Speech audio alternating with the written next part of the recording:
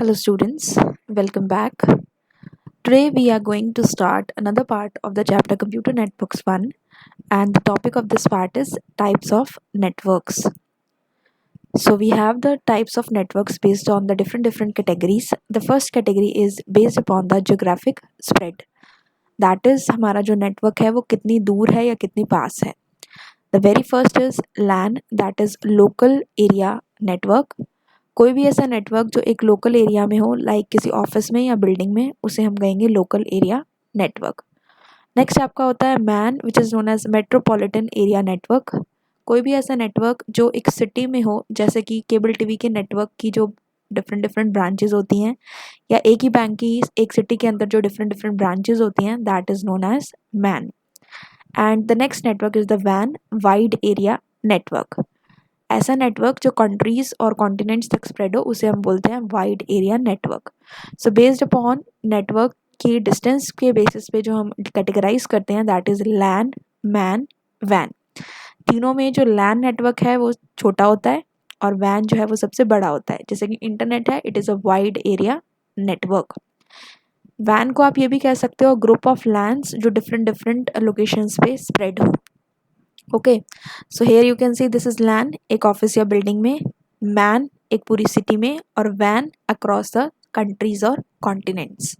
Now next हमारी जो basis हैं, that is based on the component roles. Component roles क्या हुआ कि एक नेटवर्क के अंदर जो सारे कंप्यूटर्स अटैच्ड हैं, आपस में वो एक तरीके का काम कर रही है या फिर एक कंप्यूटर उन सबको डेटा दे रहा है. So based upon that one हमारे पास दो कैटेगरीज हैं.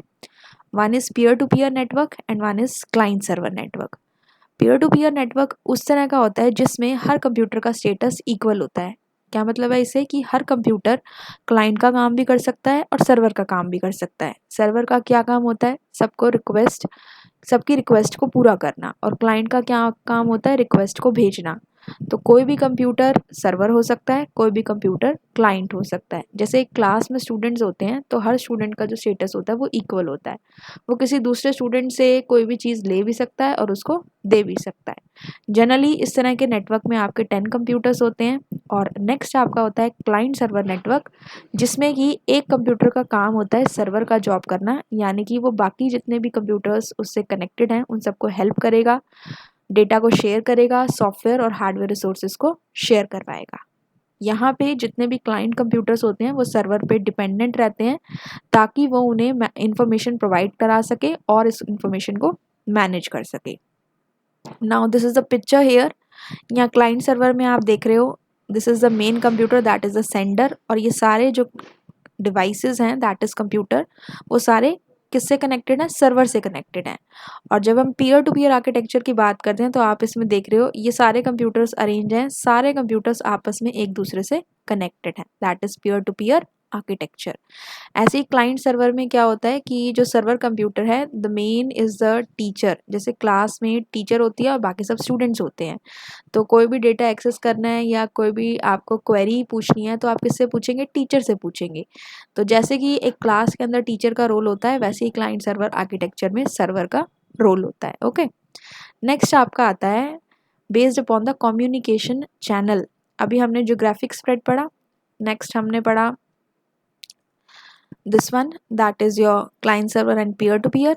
और इसके बाद आपका आता है based upon the communication channel, यानी कि आपका डेटा जो है वो वायर्स के थ्रू ट्रांसमिट कर रहा है या विदाउट वायर्स कर रहा है. तो इसमें आपके दो होते हैं, वन इज़ वायर्ड, जिसमें कि सारे कंप्यूटर्स हमारे वायरिंग या केबल से अटैच होते हैं.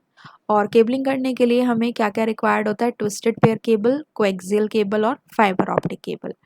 उस टाइम पे जो आपकी रिक्वायरमेंट है आप उसके अकॉर्डिंग इन तीनों में से कोई भी यूज़ कर सकते हैं. सबसे पहले आपका है ट्विस्टेड पेयर केबल. तो यहाँ पे आपको इसकी पिक्चर दिख रही है. अब आप इसमें देख रहे हैं कि जो वायर्स हैं वो ट्विस्टेड हैं, दो वायर्स आपस में ट्विस्टेड हैं ताकि उनकी जो इलेक्ट्रोमैग्नेटिक कैपेबिलिटी है दैट कैन बी इम्प्रूव्ड. इसके बाद ट्विस्टेड पेयर के बाद हमारी आती है कोएक्सियल केबल, जिससे कि अंदर की वायर्स हैं उसके ऊपर एक फॉयल या वायर का शील्ड बना हुआ है ताकि जो वायर्स हैं वो इंसुलेटेड रहें. देन लास्ट में है हमारी फाइबर ऑप्टिक, जिसके अंदर आपके ग्लास के थ्रेड्स होते हैं, बंडल ऑफ ग्लास थ्रेड. तो नॉर्मल कनेक्टिविटी में हम ट्विस्टेड पेयर या कोएक्सियल में से कोई भी यूज़ कर सकते हैं, और अगर हमें हाई स्पीड कनेक्टिविटी चाहिए तो उस केस में हम फाइबर ऑप्टिक्स का यूज़ करते हैं. ओके। इसके बाद आपका आता है वायरलेस कम्युनिकेशन। तो वायरलेस कम्युनिकेशन ऐसे नेटवर्क्स होते हैं जहाँ पे एनवायरनमेंट या फिर एयर को एज अ मीडियम यूज़ किया जाता है और जो इन्फॉर्मेशन होती है विदाउट एनी वायरिंग और केबल के ट्रांसमिट की जाती है। सबसे पहले इसमें आपका आता है माइक्रोवेव।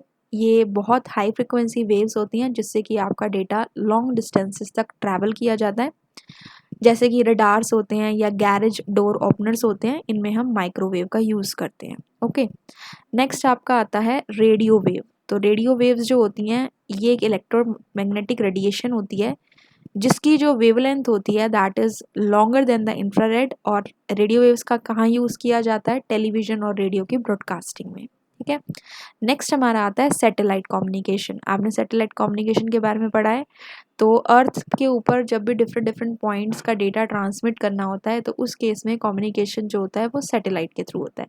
जैसे कि वेदर फोरकास्टिंग करनी होती है तो वो हम सैटेलाइट्स के थ्रू कर सकते हैं। और इसके बाद आपका अनदर वायरलेस मीडिया है दैट इज़ योर इंफ्रारेड।